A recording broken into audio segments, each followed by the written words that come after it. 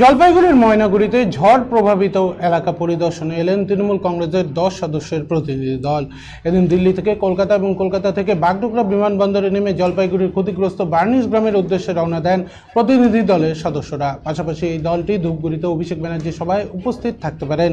এই প্রতিনিধি দলে রয়েছে দোলা সেন, নাদিমুল হক, শান্তনু সেন, বিবেক গুপ্তা, সুদীপ রাহা, ডেরেক ওব্রায়ান, সাগরিকা ঘোষ, সাকেত গোখলে, আবির রঞ্জন বিশ্বাস ও অর্পিতা ঘোষ।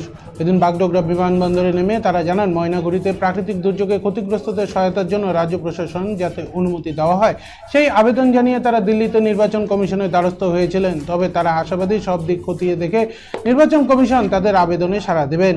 এদিকে অসমে ক্ষতিগ্রস্ত এলাকায় সহায়তা প্রদানের অনুমতি দেওয়া হয়েছে, বাংলাতে অনুমতি দেওয়া হবে বলে আশাবাদী তৃণমূলের এই প্রতিনিধি দল। দোলা সেন আরও জানান, তারা এখানে রাজনীতি করতে আসেননি, মূলত ক্ষতিগ্রস্ত পরিবারের সদস্যদের সঙ্গে কথা বলার জন্য তারা ময়নাগুড়ির ক্ষতিগ্রস্ত এলাকা পরিদর্শনে যাচ্ছেন।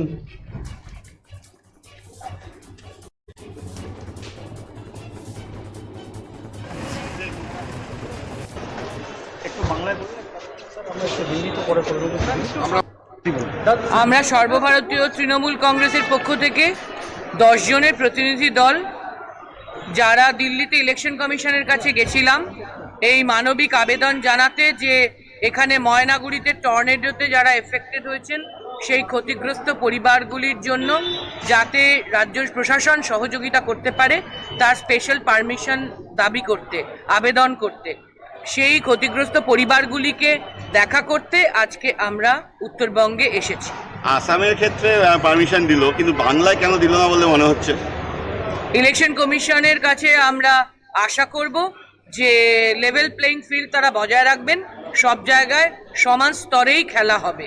নিশ্চয়ই মানবিকতার ক্ষেত্রে আসাম এবং বাংলায় কোনো প্রভেদ তারা করবেন না। আজকে কি সর্বভারতীয় তৃণমূল কংগ্রেসের পক্ষ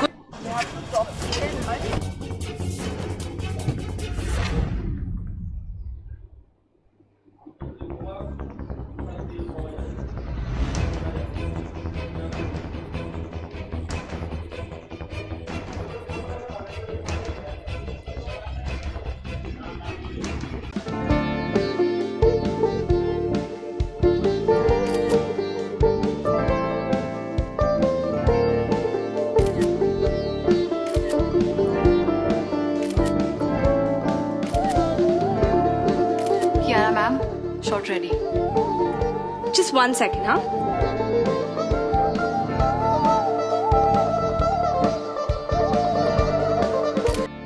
Simco Gold and Diamond, RRN Road, Old Post Office Para South, Coach Bihar.